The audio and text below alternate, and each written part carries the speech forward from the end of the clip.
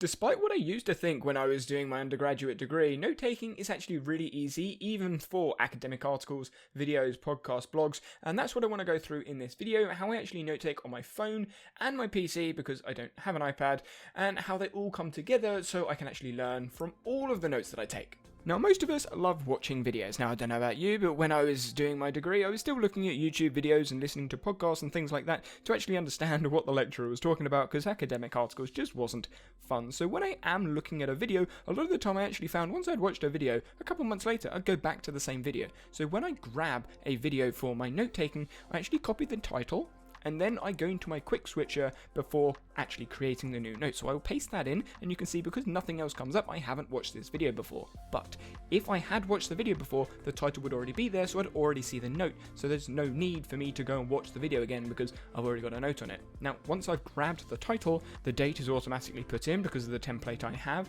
I then put the author in, which in the video's case is just the creator, the video creator. That will normally be the YouTube channel. And then I put the source in just in case I want to go back to it later on.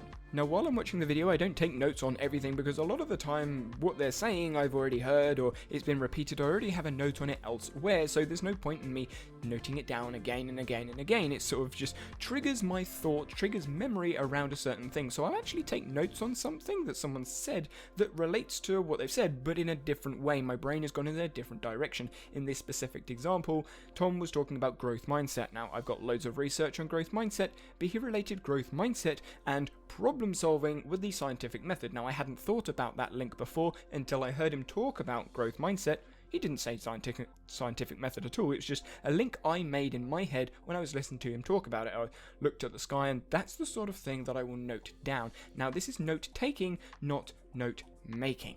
The note making process happens way after actually capturing this information, which is what I'm doing right now. Now, this is the result of that note-taking I've just done. You can see this is the template that I had at the top, and if I go into my templates page, you can see capture template. This is what it looks like for those of you that are using Obsidian, but for those that aren't, you could just do that in whatever note-taking app that you're using. So when I come back here, you can see Tom Video. That is the person that's created the note. Now, the reason I do that is when I come in here, I can see all the other videos, all the other pieces of content that relate to this one person. And you can also see alias, impact theory, because he is the creator of impact theory. He's in charge of impact theory. So anything that is impact theory related also goes to this one page. So if he's done a podcast or a video or something that is impact theory related, not necessarily Tom related, then I put impact theory just for personal reference. Now, you can see the title is here. This changes with this. And as I mentioned earlier, I put the title in there. So if I have a video, so if I was to copy this now, go into my quick switcher and paste it, you can see, oh, there's a note already there. So I can't create it because it's just going to take me to this note. So if I was to come across this video again in the future, this note's going to come up.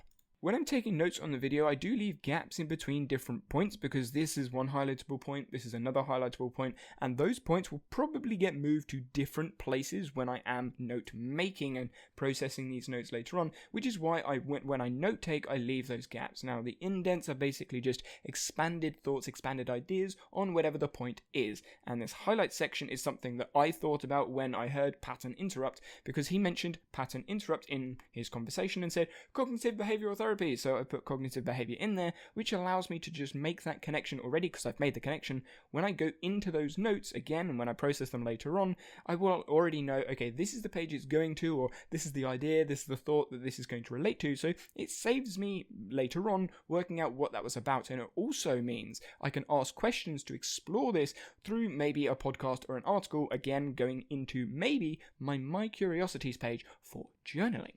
Now, Obsidian, the app that I use for my note-taking, actually has in-app audio recording, which is what you're seeing on the side of the screen, which is basically where I've opened up my phone, I've pushed the audio record button, it's going to record whatever it is that I'm saying from my phone, and then when I finish the recording, it's going to insert that recording in whatever page I'm on, which is why I swipe down to automatically go back to my daily journal page, which is the day that I happen to be journaling on. And now what you're seeing is that exact same page that was on my phone, but this time it's on my PC. Now, Obsidian has two different views, an edit view and a preview view. So when I go between the two, you can see one, I have the embed of the recording. The other one, I can then play the recording. Obsidian in future will have a what you see, what you get editor, but this is fine for me right now. My audio journals actually come from my curiosity, so whenever I'm looking at a note or looking at an idea or a topic or something that I'm researching, I will then have different questions, and those questions go in my Curiosities page, which you can see is linked in all of my daily journals. Now, this is essentially a list of a load of questions or a list of different statements that I may want to explore, and that's what I do. I then explore those in the morning or in the day during an audio journal, and what I do is I talk about that thing for 10 minutes. I then write it up, so I summarize whatever it is that I've spoken about in words, and then what I do is I put those words onto my blog for anyone that is interested in what's going on in my day at that time with those thoughts, areas of exploration. Now, that process is literally a copy and paste from my Obsidian to the back end of WordPress, so nothing fancy in there. Now, I actually transfer my files from my phone onto my PC as well through Obsidian Sync. So on the right side of the screen, you can see my phone. I'm going into my files, my documents, my internal storage, finding the screen recording. Then I'm going to copy the screen recording. And what I'm going to do is then find my Obsidian files, my local stored Obsidian files on my phone. So go through internal storage, Obsidian, Sync, and you can see those markdown files in there. They're exactly the same as the ones on my computer.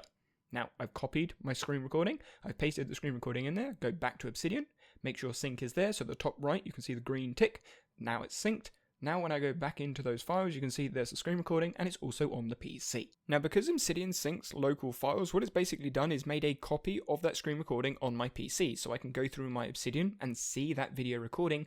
Or, which is more appropriate for my video editing, I can go to my local documents, my documents on my PC, go into Obsidian, and there is the screen recording. I can double click that and then play it on my PC as if I had recorded it on my PC through a screen recording. Then what I can do with video editing, which is what I'm doing right now as I'm saying this, is I'm just going to bring that into my video editor and use it. Now, I also use my phone to help me capture things from podcasts. So when I'm listening to a podcast, I actually go out for a morning walk. Now, that can be from 20 minutes all the way up to an hour, sometimes longer, depending on how the day is, whether it's sunny or whatever, but I actually use my phone to listen to podcasts, and you'll see on the side of the screen that I do the same process.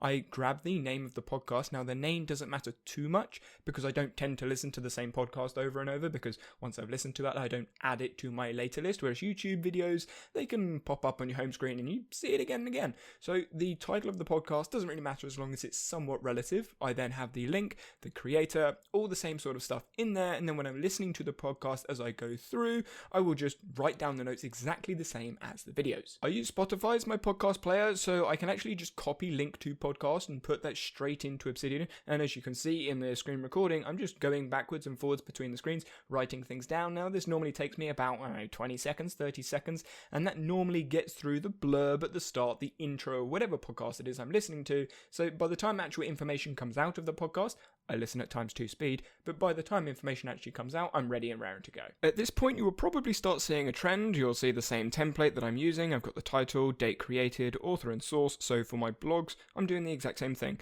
I'm copying the name of the article, name of the blog post, putting it as the title. The date created is automatically put in, so it's linked to the day that I found the article. Then I have the author. Now, in the authors, typically with blog posts, there will be 1, maybe 2 authors. So I actually have aliases in there, very similar as you saw with my podcast. Mike Vardy is the host of the Productivityist podcast. So I will use aliases sometimes in the blog. So in this one, for example, you've got Steve on the Growth Equation podcast, Growth Equation blog even, and then I put the source in there. Academic papers or research papers work slightly differently, mainly because I find research papers in different ways. Now, if you haven't seen my recent video on Research Rabbit, I highly suggest having a look at it because that is the tool that I use most of the time to find the research papers that I look through. So you can see I'm going through Research Rabbit. I found an article that I'm going to put into my Obsidian, so into note-taking. I'm going to read it, so I actually need the PDF. So I will download the PDF onto my PC. Once I've downloaded it onto my PC, I go to my downloads folder, I then copy it from there and then put it into my local storage version of my Obsidian Vault. Then I open up that PDF to actually read it. Now, I use Adobe Acrobat because it's a free highlighting tool that I can use,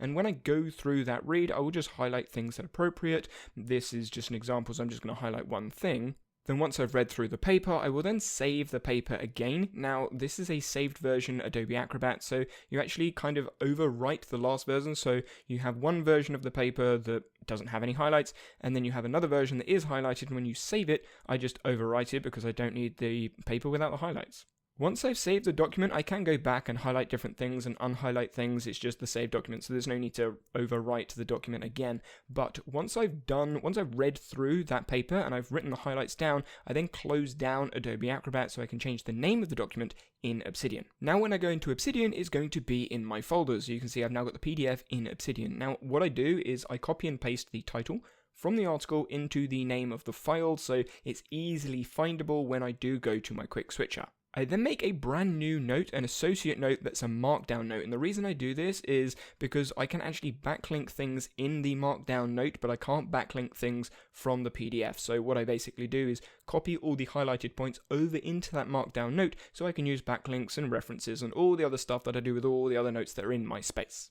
The way I differentiate the two is I just put PDF in the title of the PDF file, and even though it says in Obsidian that it's a PDF, when I'm doing a quick switch search for it, I can just get rid of all the PDFs when I'm looking through the quick switch because I don't need to look for that one, so it's easier for me to just click the file that I actually want to use. And because the source of the associate note is obviously the PDF file, I can just click and drag that PDF file link from the File Explorer in Obsidian, drop it in, and it's going to give me that automatic backlink in there.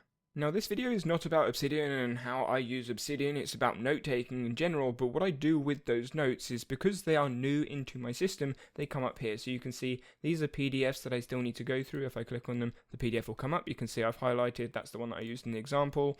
If I come into here, you can see I haven't highlighted this, so I actually need to read it so I know, okay, it's in my system, I need to read this again. This is the one I used in the example earlier in the video, so I haven't actually highlighted, it's just that one thing. This is a podcast I listened to this morning. These are the notes, again using that exact same technique, and what I will then do is process this note into other stuff which I've gone through in previous videos, and then I have my starred notes here. So you can see this is actually the script of this video, but it's easy to find this note up here, and I can move these all around. So I know these are notes I need to work on, these are notes I need to process or I need to read, and everything else is filed away over in here. You can see I've got 2,470 notes in there.